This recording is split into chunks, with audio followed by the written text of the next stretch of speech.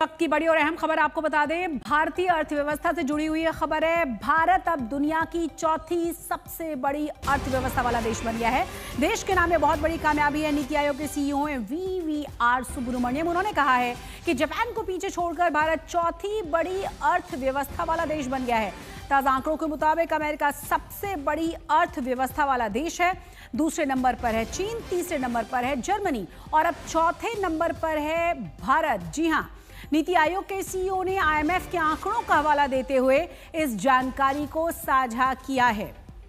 तो इस वक्त की बड़ी और अहम खबर और बहुत ही अच्छी खबर हम आपको बता रहे हैं। जापान को पीछे छोड़कर भारत बन गया है पूरी दुनिया की चौथी बड़ी अर्थव्यवस्था। We are the fourth largest economy as I speak. We are a $4 trillion economy as I speak. And this is not my data, this is IMF data. India today is larger than Japan. So it's only the United States, China and Germany which are larger. And if we stick to what is being planned, what is being thought through, it's a matter of another 2.5 to 3 years, we would become the third largest economy.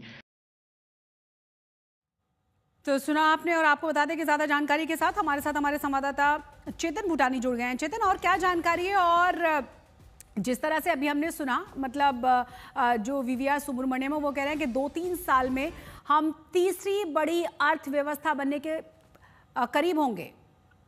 जी बिल्कुल, देखिए India अब दुनिया की तीसरी सबसे बड़ी economy बन चुकी है।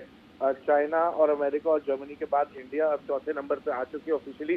देखिए इसके 2-3 कारण हैं जो हम लोग अगर इस पर डिकोड करें तो अभी देखेंगे आरबीआई ने रिकॉर्ड डिविडेंड सरकार को दिया, लगभग 2,70,000 करोड़ रुपए का।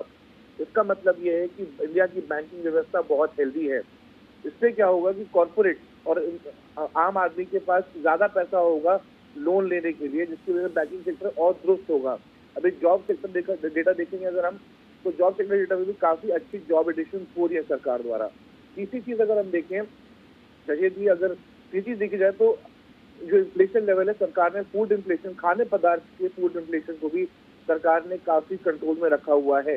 जिसका मतलब ये है कि आगे जाके भी RBI, reserve bank of India जो है, सेंट्रल बैंक हिंदुस्तान का, वो आगे भी रेट काट सकता है, जिसकी वजह से आम आदमी को और राहत मिलेगी। वो और मार्केट से पैसा उठा पाएगा और अपने बिजनेसेस में लगा पाएगा। जिसका मतलब ये कि ओवरऑल अर्थव्यवस्था जो है वो डेफिनेटली आगे बढ़ेगी। एक्सपर्ट का ये भी कहना है कि अगर ये मोमेंटम कंटिन्यू रखा तो 2030 तक इंडिया सेकेंड लार्जेस्ट इकोनॉमी बन सकता है। हालांकि उससे पहले भी बन सकता है, लेकिन अगर जैसे वी.वी.आर. सुब्रमण्यम ने कहा कि अगर ऐसा प्लान चलता रहा तो हम लोग जल्द ही दूसरे नंबर पर भी बहुत जल्दी पहुंच सकते हैं।